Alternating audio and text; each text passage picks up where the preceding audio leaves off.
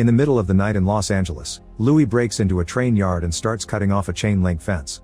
Suddenly he sees a light coming closer and quickly hides his tools before he's found by a security guard, who asks for an ID. Louis comes closer pretending to cooperate, only to attack the guard and knock him out and steal his watch. Afterward, Louis goes to a scrapyard and sells the fence to the foreman after spending a long time negotiating the price. Then he wonders if the foreman is hiring, using tons of corporate mumbo-jumbo to sell himself. The foreman immediately says no, so Louis asks for an unpaid internship for the experience. However, the foreman says he'll never hire a thief, meaning he knows where Louis got the fence. Later, while Louis is driving, he sees a few police cars pass by, so he pulls over to see what the commotion is about. It turns out there's been an accident and now a car is on fire with people still inside. At that moment, Joe and his employee arrive to record everything, so Louis watches with lots of curiosity and attention. When they're done, Louis asks Joe about the job and he explains he's a stringer, meaning he rushes to places where a crime or accident has happened and records everything. Then he sells the footage to the newscast that pays the most. The only things a stringer needs are a camera and a police scanner. Finding the job appealing, Louis asks him if he's hiring, but Joe says no. The next day, Louis sees the accident on TV and becomes more determined to get into this business. He visits the beach and waits for a guy to get distracted to steal his bike, then he goes to pawn it off. The shop owner isn't willing to negotiate the price no matter how much Louis insists, so instead he asks for store credit and gets a camcorder plus a police scanner in return. That night, he uses the scanner to start listening to all the reports in the area, only to realize he doesn't understand the codes and that he needs to find a good route to get there quickly. He first arrives at a simple arrest, and the cops immediately send him away. Next, he tries recording a woman who was stopped by the cops for driving drunk, but once again the officers quickly kick him out. Eventually he reaches the scene of a fatal carjacking and gets close enough to the victim to record some really graphic footage. This makes a cop angry and immediately kicks out Louis and another stringer, who curses Louis too because now he can't finish recording. Louis ignores his anger and follows him to hear his conversation on the phone so he can learn how to negotiate with newscasts and how much to charge. Afterward, Louis goes to Channel 6 and shows the footage to news director Nina, who immediately becomes impressed by how close he got. She calls over the producer Frank, but the man freaks out, saying they can't put such graphic images on a morning show. Nina says they'll just add a warning and reminds him she's the boss, so she agrees to buy the footage. Louis tries negotiating but in the end doesn't get as much money as he hoped. However, Nina tells him he's got lots of potential and he just needs a better camera because his image quality right now isn't good. Since she's willing to buy more from him in the future, Louis asks what's best for ratings, and Nina explains their viewers are interested in graphic accidents and violent crimes in rich white areas. The next morning, Louis sees his footage on TV and feels like he's finally achieved something. He downloads the news clip on his computer and searches for a list of police codes online to memorize their meanings. Later, he meets with a young man called Rick for an interview. Once again, he uses a lot of corporate mumbo-jumbo to ask questions and make Rick talk about himself, but in the end he hires him because he's got a phone, knows the area well, and knows how to use GPS. Louis reveals this is an unpaid internship, causing Rick to protest. He needs to be paid at least a little something because he's almost homeless. After a long discussion, Louis agrees to pay him $30 per night. In the evening, Louis and Rick wait in the car while listening to the police scanner for an interesting incident, and Louis uses the chance to teach Rick the police codes.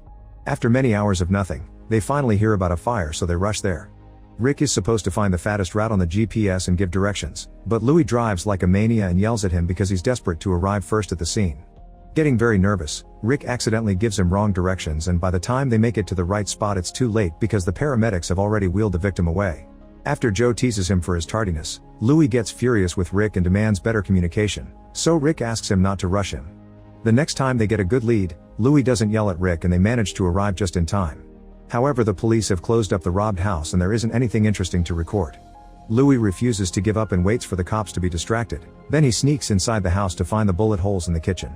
He rearranges the pictures on the fridge around the holes to make it look more tragic and ends the footage with the holes in the window that show the victims talking to the police. Before leaving, he steals some junk mail to get the names of the victims. Moments later, Louis brings the footage to Nina, who absolutely loves it. Frank freaks out because it's clear that Louis broke in and the names were stolen from private correspondence, but Nina decides to use it anyway. From then on, Louis and Rick become very successful at finding good stories and recording them to later sell them to Nina. Rick finds the best routes for Louis to get to the scene fast, and Louis records every gritty detail without shame while avoiding the cops. He always watches TV to see his own work on the screen and downloads all the clips to create a collection on his computer. When he gets enough money, he gets a better camera for himself and a second one for Rick so he can record from a different angle. One night, they make it to a car crash before the police. Louis tries to interview one of the drivers, who curses him because he's desperately trying to talk to the 911 operator. Next, Louis checks the destroyed cars and finds the other driver dead in a dark area, so he starts dragging the body until it's in front of the car lights for a better shot. He records as much as he can until the cops arrive and send him away. Joe sees him walk by and realizes he's lost this one. Later, when Louis brings the footage to Nina, she notices he has blood on his sleeve, but he ignores it and asks her to dinner. At first, Nina turns him down, saying she doesn't want to compromise their professional relationship. However, Louis implies that he'll stop giving her good footage if she says no, so she has no choice but to accept. The next day, Joe bumps into Louis and explains he'll make his team bigger with various vans working for him, so he wants Louis to join him. Louis turns him down, and when Joe keeps on insisting, Louis threatens him with violence. A furious Joe leaves as he curses Louis' name. When Saturday comes, Louis has dinner with Nina at a restaurant and admits he wants her to be his lover. Once again, Nina turns him down, saying this was just professional courtesy. Louis immediately starts citing lots of data he's found on his research, pointing out her station as the lowest rated, and it's been his videos that brought thousands of new viewers. He knows Nina's contract will end soon, so if she wants it to be renewed and keep her job, she must take his offer. A reluctant Nina has no choice but to start meeting Louis on the weekends to get naughty together in exchange for him selling the videos to only her. Sometime later, Rick makes another route mistake and Louis fails to arrive in time for the biggest incident of the evening. Joe and his team get all the footage first, and Joe makes fun of Louis for it. At the end of the night, Louis brings Nina some recordings of smaller crimes, and Nina snaps because their rival channel will get the big story instead. Her bosses will be furious, and she feels like she's given him her body for nothing. The next morning, Louis watches Joe's footage on the rival channel and gets so angry that he smashes his bathroom mirror. Wanting revenge, he decides to sneak into Joe's house and mess with his van.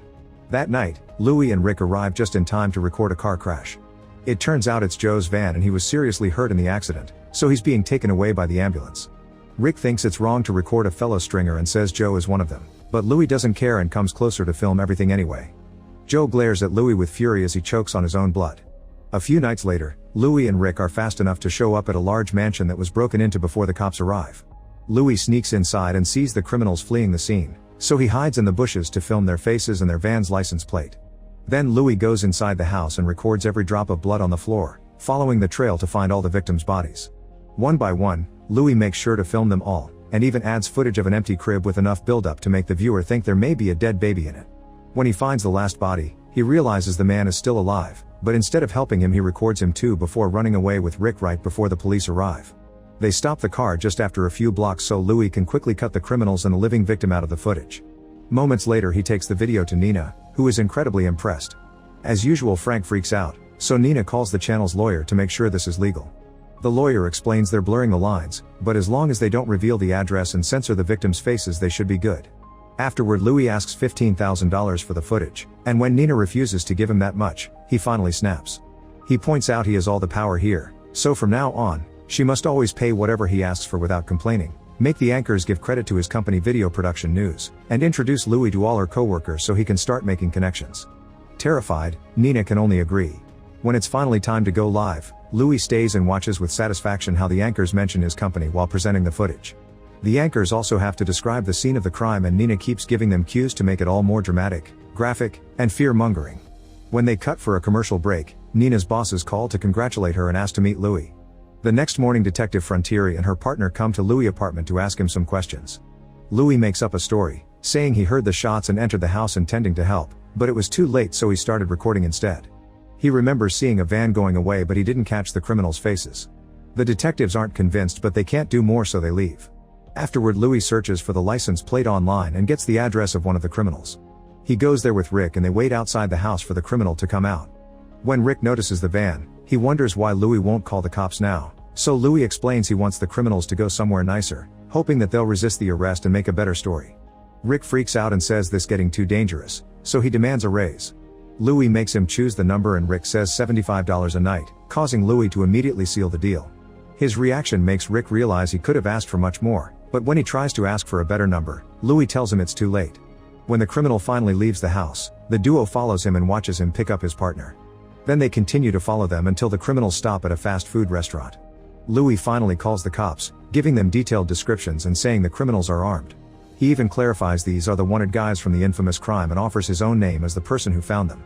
After Louis hangs up, Rick realizes he'll ask for the reward the police put on these guys and asks for half of it.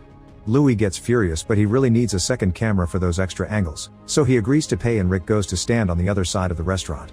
Soon the cops arrive, and when they approach the criminals, the guys open fire, casing a gunfight that kills several men. Louis and Rick film everything as one of the criminals is killed too and the other is wounded, but he can still run and get in his van to escape. The cops immediately chase after him and Louis picks up Rick before following them as well. While Louis drives like a maniac, he keeps yelling at Rick so he won't stop recording. The car chase is so crazy that a civilian car crashes against a police vehicle, taking it out of the game. The other police car continues to follow the criminal, who starts ramming their car with his van until it causes an accident that makes both him and the cops crash. Louis immediately rushes to get a shot of all the bodies, and suddenly announces the criminal is dead. He asks Rick to come and record so he can learn more about the gruesome shots, but when Rick comes closer, the criminal turns out to be alive and shoots Rick down. Louis doesn't look surprised and continues to record as the criminal comes out of the car, but before he can hurt Louis, he hears the police arrive and tries to run away. However, the cops immediately shoot him down too. Then Louis checks on Rick and records his injuries, making Rick realize that Louis had known the criminal was alive and used Rick to get a better story. Louis shows no remorse and takes Rick's camera after he dies. Afterward, Louis brings all the footage to Nina, who is delighted by all the gruesome imagery. When they're about to go live, Frank informs her that a secret but trustworthy source has told him the crime at the house hadn't been random thugs getting violent. The family had actually been part of the mob and they were hiding illegal substances. However, Nina refuses to add that detail to the story, saying the tragedy of the common man sells more. Frank tells her she sounds like Louis, but Nina takes it as a compliment, saying that Louis has inspired them to reach higher. Later, Detective Frontieri comes to the station and demands to have the footage as it is evidence, but Nina refuses to surrender the tapes without a warrant. Then Frontieri takes Louis to the station to interrogate him, but he stays calm and sticks to his story. Frontier gets angrier by the second and calls him out for his crazy and immoral work policies, yet she has to release him because she has no evidence. A few nights later, Louis gets 2 vans with the Video Production News logo and hires 3 interns. He won't be paying any of them, but he promises that he won't make them do anything he won't do himself before they leave together to find the next story. Make sure to subscribe and turn on notifications so you can watch more videos like this. Thanks for watching.